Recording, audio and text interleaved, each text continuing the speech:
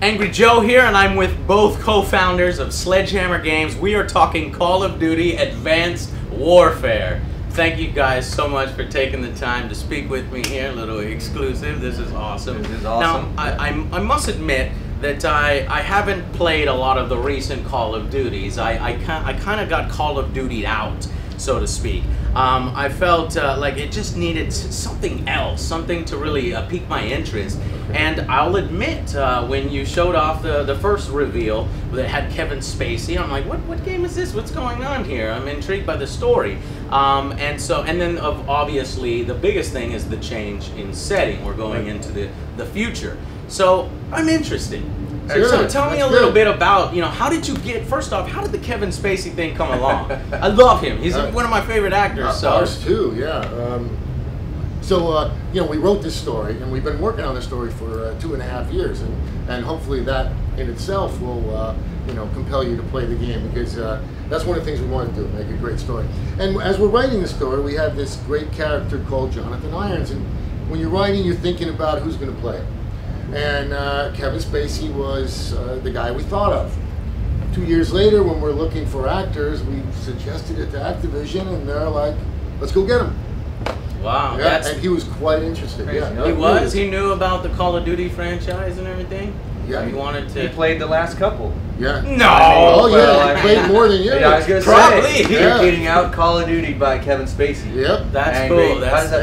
That's the pull of the Call of Duty name. Everybody knows it. There's, you got your two factions. Faction always hates on it because when you become the biggest thing, then you become a target for the things. There's some people that play Call of Duty are just dude bros and things like that. But I've always said, we're going to bring them together in this game. I've always said that the stories have engaged me, and they're like cinematic experiences. The story modes are strong, and the multiplayer is where I felt that I was hoping for improvements and stuff. And can we talk a little bit about multiplayer? Are we going to get that same Call of Duty multiplayer year after year, cloning it, or are we going to get substantial improvements and added to the mix? Yeah, we'll talk about multiplayer in a minute, but I should go back and clarify, because we were kind of joking around. Like, Kevin came because he is a fan of Call of Duty. I don't know if he played the last two or not, but I had to give you a hard time.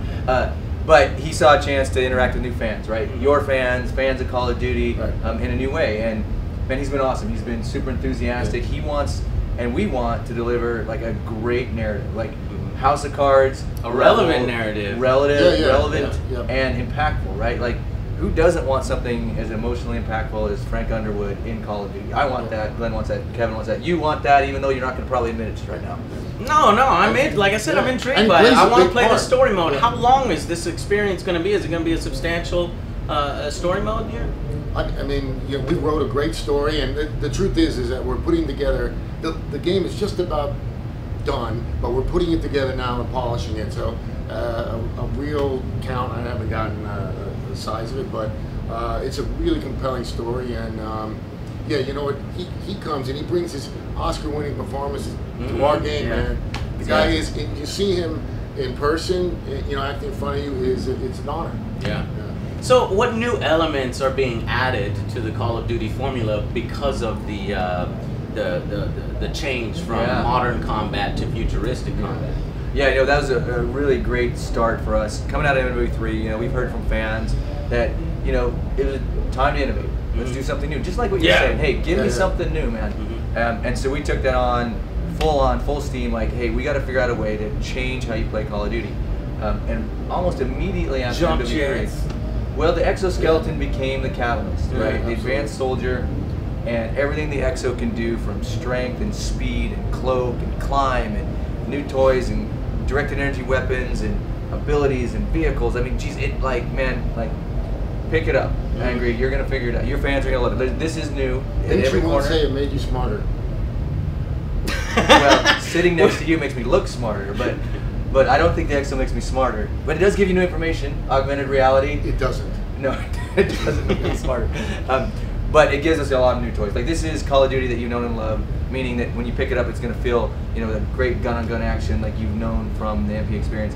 But it's new at every corner.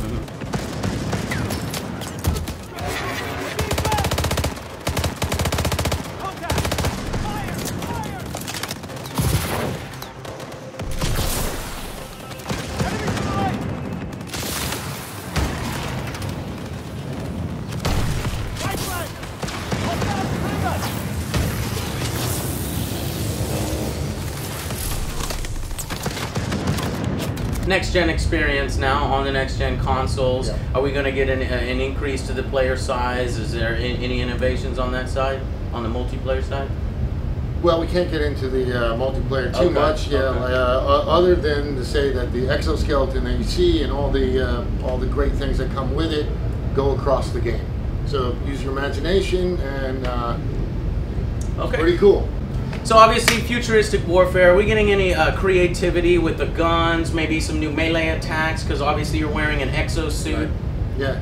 Well, I mean, the exo makes you stronger, and you're going to see a lot of strength moves in the game where you're pushing a truck, a vehicle, you're grabbing a car door off a car, pulling it off, and using it as either a weapon or a shield, and you can even boost jump with it. We got this really cool melee with it where you can knock a guy and throw him about 20 feet. So you punch him, and it's extremely satisfying. Yeah. To see them flying. And there's a brand new melee. So Glenn's right. Like, imagine hitting somebody with the force of the exo. Now imagine boosting over a player and doing a vertical melee. We call it the exo slam, where you get to just jack somebody from above. It's awesome. A little butt slam. Slam with your jetpacks. That's cool. That's cool. All right.